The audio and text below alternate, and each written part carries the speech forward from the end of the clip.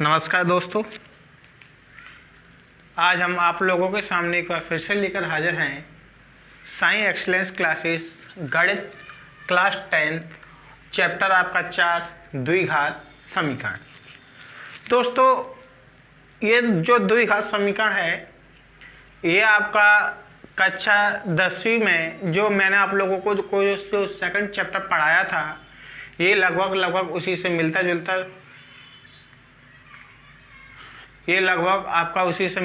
Chapter है।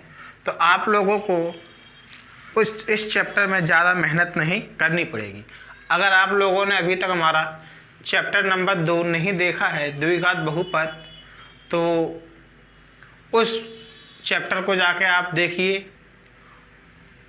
उस chapter की मैंने पूरी की पूरी प्लेलिस्ट क्वेश्चन बैंक 2022 के नाम से बना रखी है। आप जाके उस वीडियो वहाँ से द्विघात बहुपद के जो भी सवाल है वो आप देख सकते हैं।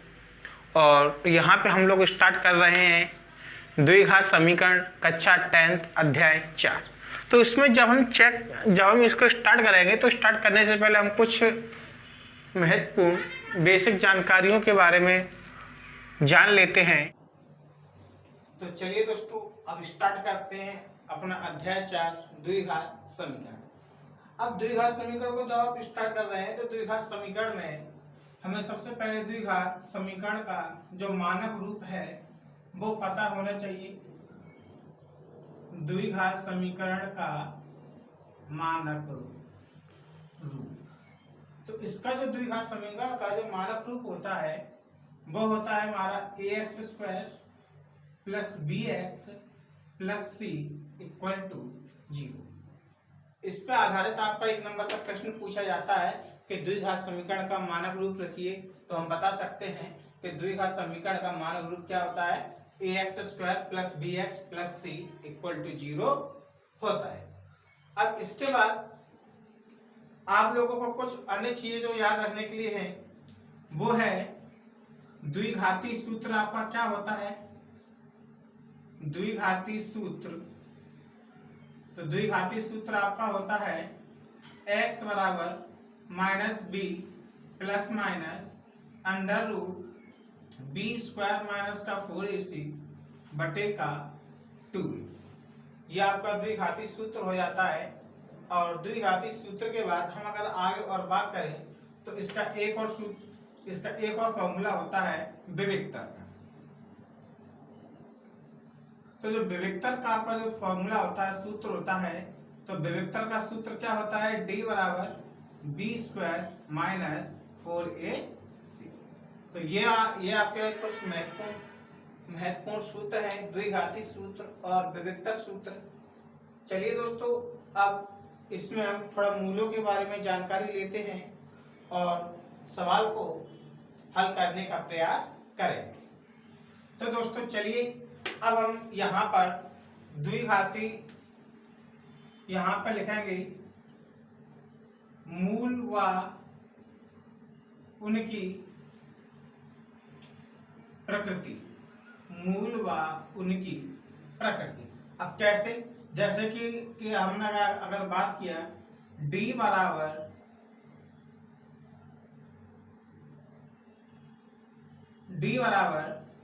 b² - 4ac, जो मैंने बताया था आपका ये वाली चीज होती है, d = b² - 4ac होता है। अब इस कंडीशन में यदि नंबर 1 d > 0, यानी कि d बड़ा हो 0 से, तब मूल आपके कैसे होंगे, वास्तविक होंगे। आगे यदि d = 0, यानी d का मान 0 के बराबर है, तब आपके मूल कैसे होंगे, बराबर होंगे। आगे आपका ये तीसरा पॉइंट आता है, यदि d << 0, यानी कि d का मान आपका 0 से छोटा है, तब इसके जो मूल होंगे वो आपके कैसे होंगे, काल्पनिक होंगे। तो दोस्तों आपको ये 3 चीजें जरूर याद रखनी है। जो चीज मैंने आपको बताई है, जितनी चीजें बताई हैं, उन्हीं से आपकी ज्यादातर ओटी पूछी जाती हैं या ओटी पूछी जाएंगी आपके सवालों से। तो सवालों को करते समय मैं ओटियों को निकालने की आप लोगों को शॉर्ट ट्रिक भी बताऊं। तो दोस्तों अभी तक हमने क्या क्या देखा। द्विघात समीकरण का मानक रूप देखा था। तो द्विघात समीकरण का मानक रूप क्या होता था? द्विघात समीकरण का मानक रूप, तो द्विघात समीकरण का मानक रूप मैंने आपको बताया बयान, ax² plus bx plus c equal to 0। आगे इसके बाद मैंने यहाँ पे आपको सूत्र विधि के बारे में बताया, सूत्र विधि या द्विघाती सूत्र के बारे में बताया आपको। तो द्विघाती जो सूत्र होता है, द्विघाती सूत्र क्या होता है? x बराबर माइनस का b plus minus under root b² minus 4ac बटे का 2a। और तीसरा विविधता सूत्र आपका ये दिया ही गया है, d बराबर b² माइनस का 4ac। ये 3 चीजें, उसके बाद आपके ये मूल व उनकी प्रकृति। आप अगर ये 5 चीज क्लियर कर ले रहे हो तो मैं आप लोगों को दोस्तों विश्वास दिलाता हूँ आपके इस चैप्टर से आने वाली जो ओटी है, जितने नंबर के आपके 1 नंबर के प्रश्न आएंगे, वो उन सबकी आप लोग तैयारी बहुत अच्छी तरीके से कर सकते हैं।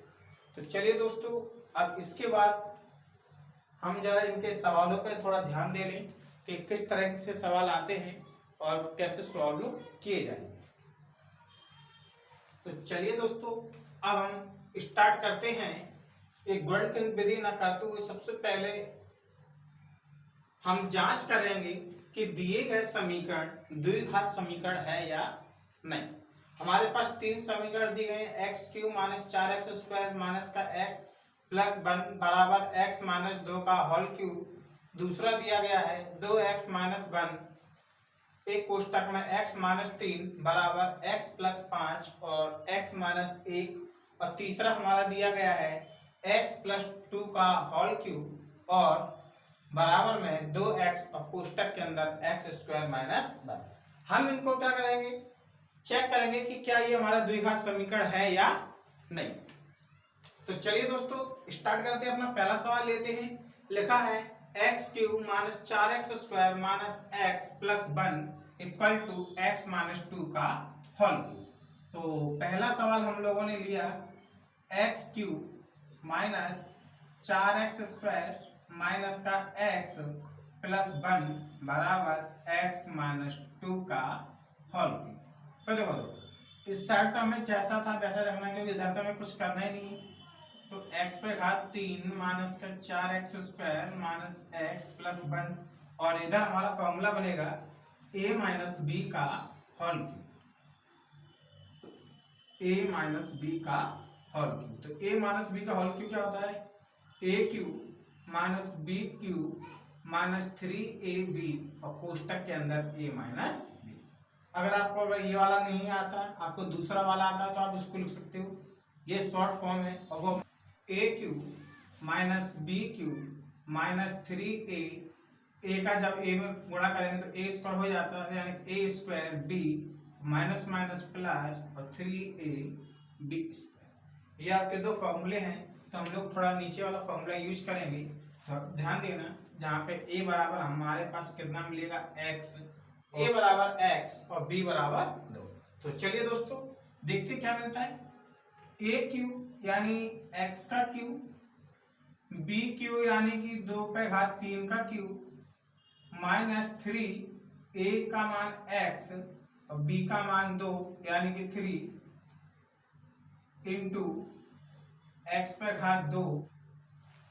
तो 3 गुणा a का मान हमारे पास x है, तो x का स्क्वायर प्लस 2 प्लस अगला हमारे पास है 3 इंटू a की जगह पे x गुणा b की जगह पे घात 2। चलो तो देखिए दोस्तों मिलता है, क्या मिलता है? x पे घात 3 रखेंगे minus 4x² minus x plus 1 बराबर, देखो एक काम करो यहाँ से। सबसे पहले x पे घात 3 से x पे घात 3 को काटो। अब जो मिल रहा है वो रखते हैं, यानी कि 4x² माइनस का x प्लस 1 माइनस 8/3, क्योंकि माइनस का हो जाएगा, माइनस 3 दूनी 6x² प्लस 2 का स्क्वायर हो जाएगा 4 और 4 12x। अब देखो दोस्तों, माइनस के 4x² के बगल में हम इसको बुलाएंगे तो ये हमारा प्लस का हो जाएगा 6x² और माइनस के x के बगल में प्लस के 12 को बुलाओ तो ये भी इधर बराबर के पहले आगे माइनस का हो जाएगा, यानी कि माइनस के 12x प्लस 1 और प्लस का 1 और माइनस के 8 इधर आके ये भी आपके किसके हो जाएंगे, प्लस के हो जाएंगे और बराबर में दूसरी तरफ हमें क्या मिलेगा, 0 मिलेगा। अब देखो 6x² में से हम लोग 4x² घटाएंगे तो जब 6 में से 4 जाएंगे तो हमें कितना मिलेगा, 2x² मिलेगा।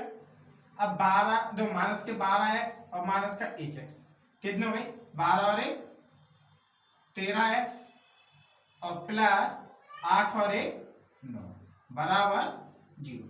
तो देखो दोस्तों, अब ये हमारा 2x² माइनस के 13x प्लस 9 इक्वल टू 0 मिल रहा है। अब हम ये कैसे पहचान करेंगे कि ये हमारा द्विघात समीकरण है या नहीं, तो इसके लिए हम लोग इसके मानक समीकरण को ध्यान में रखते हैं। तो जो हमारा मानक समीकरण होता है ax² plus bx plus c होता है, इस कंडीशन से हम लोग पहचान करेंगे कि ये हमारा द्विघात समीकरण है या नहीं। अब आप एक चीज हो, यहाँ पे x/2 थी, यहाँ पर भी हमारे पास x/2 है, यहाँ पे x/1 है, यहाँ पर भी x/1 है, यहाँ पे c अचर राशि है, यहाँ पे हमारे पास 9 अचर राशि। यानी कि टोटली कहने का मतलब ये है, यदि x की सबसे बड़ी घात हमें 2 मिलती है, आगे x की सबसे बड़ी घात 2 मिलती हो और दूसरी चीज x हमारे अगर रूट में ना हो तो वो हमारा द्विघात समीकरण कहलाएगा। यानी कि ये हमारा द्विघात समीकरण है, लिख देंगे। अतः यह द्विघात समीकरण होगा। आशा करता हूं आप लोगों को एक सवाल समझ में आया होगा। चलिए दोस्तों, थोड़ा दूसरे सवाल पे नजर मारते हैं। दूसरा सवाल दिया है 2x - 1 और x - 3 बराबर x + 5 और x - 1। इससे हम लोग चेक करके देखते हैं क्या ये हमारा द्विघात समीकरण है या नहीं। तो चलिए दोस्तों, अब हम अपना दूसरा सवाल ले रहे हैं 2x - 1 x - 3 और x + 5 और x - 1। अब ऐसे सवालों में हम लोग क्या करेंगे कि सबसे पहले इनका आपस में गुणा करेंगे। देखो 2x का x में जब हम गुणा करेंगे तो गुणा में हमारी घातें जुड़ जाती हैं।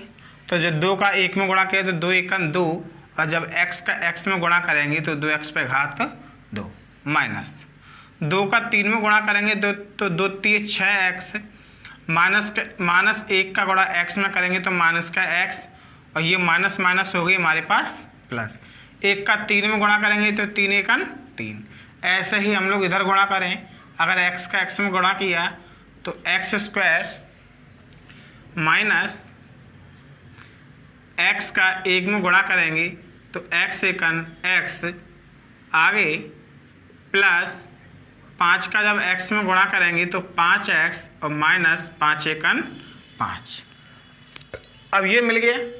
तो चलिए दोस्तों एक साइड रख लें, यानी 2x², ये वाला x को हम इधर लेके आएंगे तो ये माइनस का हो जाएगा। 6x और 1x हो गई 7x, यानी माइनस की 7x और 5 में से 1 गई तो यहाँ से 4x बचेंगी और 4x को जब आप इधर लेके आओगे तो ये भी हमारे किसकी हो जाएंगी, माइनस की। प्लस का 3 और माइनस के 5 इधर बुलाओगे तो ये भी हमारा प्लस का हो जाएगा और बराबर में 0। अब देखो 2x² में से 1x² गया तो 1x² बचेगा और 7 और 4 कितने हो गए, 11, यानी कि माइनस का 11x और प्लस 5 और 3 8, यानी बराबर 0। इसमें भी देखो x की सबसे बड़ी घात कितनी है, 2। तो हम लोग लिखेंगे अतः यह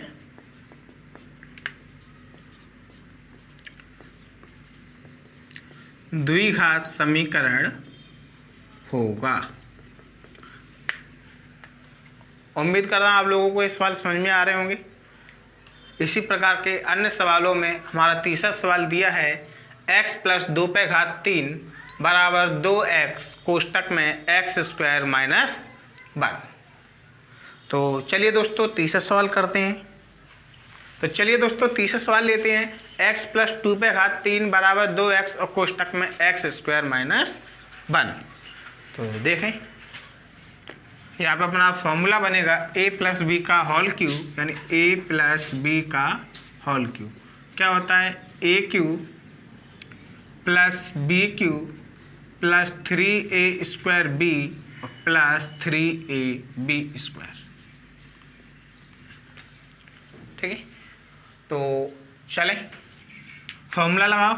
यानी a बराबर हमारे पास कितना है x और b बराबर हमारे पास कितना है 2।